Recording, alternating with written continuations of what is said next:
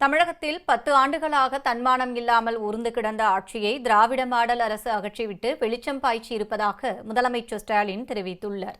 திமுக அரசு பொறுப்பேற்று 4 ஆண்டு நிறைவடைந்துள்ள நிலையில் சென்னை கோட்டூர்புரத்தில் உள்ள அண்ணா நூற்றாண்டு நினைவு நூலகத்தில் நாடு போற்றும் 4 ஆண்டு தொடரட்டும் இது பல்லாண்டு என்ற நிகழ்ச்சி நடைபெற்றது.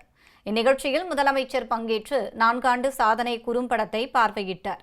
தொடர்ந்து பயனாளிகளுக்கு நலத்திட்டங்களை வழங்கினார். இதைத் தொடர்ந்து நிகழ்ச்சியில் பேசிய அவர் 10 ஆண்டுகளாக தன்மானம் இல்லாமல் ஊர்ந்து கிடந்த ஆட்சியை தட்டி எழுப்பி விடியல் ஆட்சி என்று பெயரிட்டு தமிழ்நாட்டில் வெளிச்சம் பாய்ச்சி இருப்பதாக பெருமிதம் தெரிவித்தார். எல்லாருக்கும் எல்லாம் என்ற வளர்ச்சியை ஏற்படுத்தி வருவதாகவும் அவர் குறிப்பிட்டார்.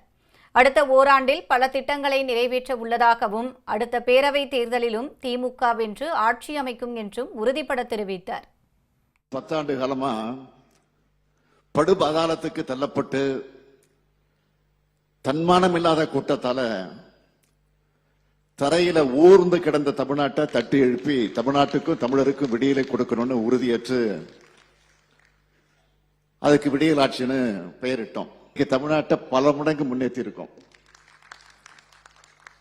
ஒவ்வொரு குடும்பத்திலையும் விடியலை ஏற்படுத்தி வெளிச்சம் பாய்ச்சி இருக்கும். இது உறுதி. இந்நிகழ்ச்சியில் பேசிய துணை முதலமைச்சர் உதயநிதி ஸ்டாலின் திராவிட மாடல் அரசின் திட்டங்களை ஒட்டுமொத்த இந்தியாவும் பின்பற்றுவதாக கூறினார். 4 ஆண்டுகளுக்கு முன் வீழ்ச்சியில் இருந்த தமிழ்நாட்டின் வளர்ச்சி தற்போது 9.69 விழுக்காட்டை அடைந்து இந்தியாவில் நம்பர் 1 மாநிலமாக இருப்பதாக உதயநிதி ஸ்டாலின் தெரிவித்தார். இன்றைக்கு நம்முடைய தமிழ்நாட்டுடைய திட்டங்களை முதலமைச்சர் கொடுத்து வருகின்ற திட்டங்களை இன்றைக்கு ஒட்டுமொத்த இந்தியாவே பின்பற்றுகிறது. இது வெறும் திராவிட மாடல் அல்ல, இது சாதனை மாடல் என்பதை நாம் நிரூபித்து காட்டியிருக்கின்றோம்.